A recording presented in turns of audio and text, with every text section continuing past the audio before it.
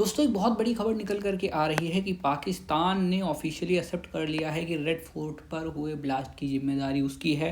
आइए दोस्तों जानते हैं पूरा मुद्दा क्या है। तो नमस्कार दोस्तों, मैं हूं अतुल द्विवेदी और आप सभी लोगों के लिए 80% ऑफ है हमारे सभी कोर्सेज पर। सिर्फ आपको 199 में मिलेंगे। Anger management, time management, overcome suicide, बहुत सारे आपको यहाँ पे कोर्सेज मिलते हैं। ये वीडियो में हम आगे बढ़ते। पाकिस्तान का एक लीडर खड़े होकर के डायरेक्टली एक्सेप्ट किया है अपनी असेंबली में कि हमने ही इंडिया के ऊपर जो हमला हुआ है वो करवाया है। दोस्तों ये देखिए, यहाँ पे देखिए, we hit from red fort to Kashmir forest, Pak leaders big admission.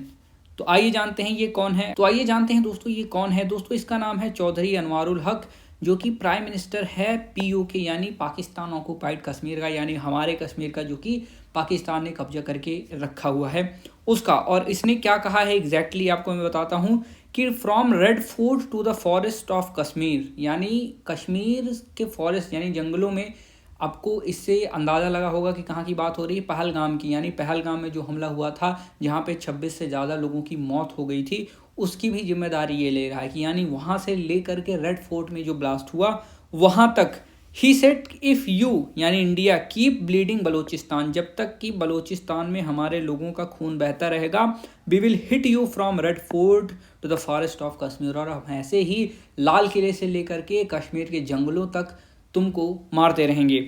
और यहाँ पे by the grace of Allah we have done it, और brave man have done it. और अल्लाह की जो है ग्रेस से, दुआओं से हमने ये किया है, हमारे बहादुर साथियों ने, जवानों ने ये करके दिखाया हुआ है। फिर कहता है कि they still can not count the bodies, और अभी तक वो बॉडियाँ गिनते रह गए हैं। उनके रोज़ नंबर आते हैं कि कितने मरे कितने बचे। इसका ऑफिशियल वीडियो भी आपको मिल जाएगा, आप चेकआउट कर सकते हैं।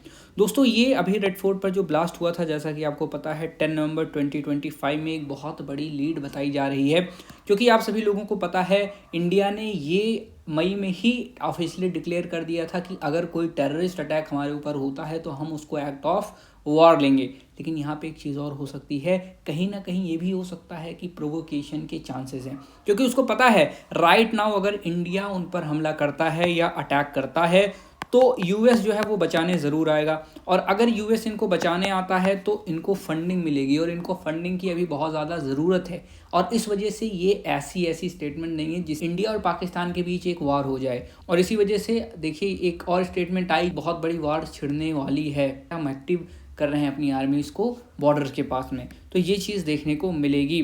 और इधर आप देख सकते हैं ये जो टेररिस्ट हैं दोस्तों, मॉडर्नाइज वेपन का भी इस्तेमाल कर रहे हैं, छोटे छोटे रॉकेट लॉन्चर्स, मिसाइल्स ना, इन सब का भी यूज़ हो रहा है। ड्रोन्स, कमर्शियल ड्रोन्स को वेपन यानी बॉम्ब ड्रॉप करने के लिए और एक्सप्लोसिव ड्रॉप करने के लिए भी इस्तेमाल किया जा रहा है। उसी के साथ सुसाइड बॉम्बिंग के ऊपर एक उमर की भी वीडियो आप लोगों ने सुनी होगी, वायरल हुआ था, मैंने भी बताया था, ठीक है। और यहाँ पर इन्होंने अपने ही जो पाकिस्तान है उसमें 12 लोगों की जान ले ली थी, खुद ही बॉम्ब ब्लास्ट करवा के।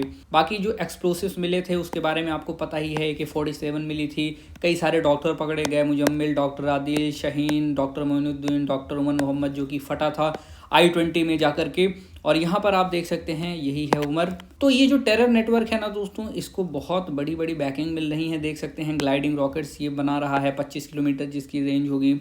उसी के साथ यहाँ पर आप देख सकते हैं ये कुछ इस प्रकार के rail launcher plus guiding UAV projectiles, इनकी पेलोड बहुत बढ़िया होगी। और ये टॉप एंगल से, रूफ टॉप से, व्हीकल टॉप पर जा करके डैमेज कर सकते हैं, जो कि कॉमर्शियल ड्रोन्स के थ्रू भी ये काम हो सकता है। आप देख रहे हैं यहाँ पर। तो ये बहुत ही ज़्यादा मॉडर्नाइज तरीके से इंडिया पर फुल स्केल वॉर कर रहे हैं, इंटरनल तरीके से, और बाहर से भी उस्काया जा रहा है कि कहीं ना कहीं अगर वार हो जाए तो हमें यूएस बैक करने आएगा ही और हमें फंडिंग मिल जाएगी, जिससे हम क्या करेंगे। ऑब्वियस सी बात है, वहाँ के जो आसिम मुनीर हैं और बड़े बड़े जो कमांडर्स हैं, पॉलिटिशियंस हैं, ये सब बढ़िया बढ़िया अपने अच्छे अच्छे घर खरीद लेंगे यूएस में, यूके में, और वहाँ जा कर के फिर बाद में सेटल हो जाते हैं। यहाँ पर वार होती रहेगी, लोग मरते रहेंगे, इनसे उससे कोई मतलब नहीं है। तो ठीक है, ये चीज़ भी आपको देखने को मिलेगी। और जो इंसिडेंट्स हुए हैं दोस्तों, वो मैंने आपको ऑलरेडी वीडियो में बताया हुआ है। तो किस प्रकार से एक पोस्टर ने इन सबकी पोल खोल। दोस्तों अगर वीडियो पसंद आई हो तो हाइप करना बिल्कुल ना भूलिएगा, लाइक कीजिए, सब्सक्राइब कीजिए और कोर्स चेकआउट कीजिए। जय हिंद, वंदे मातरम।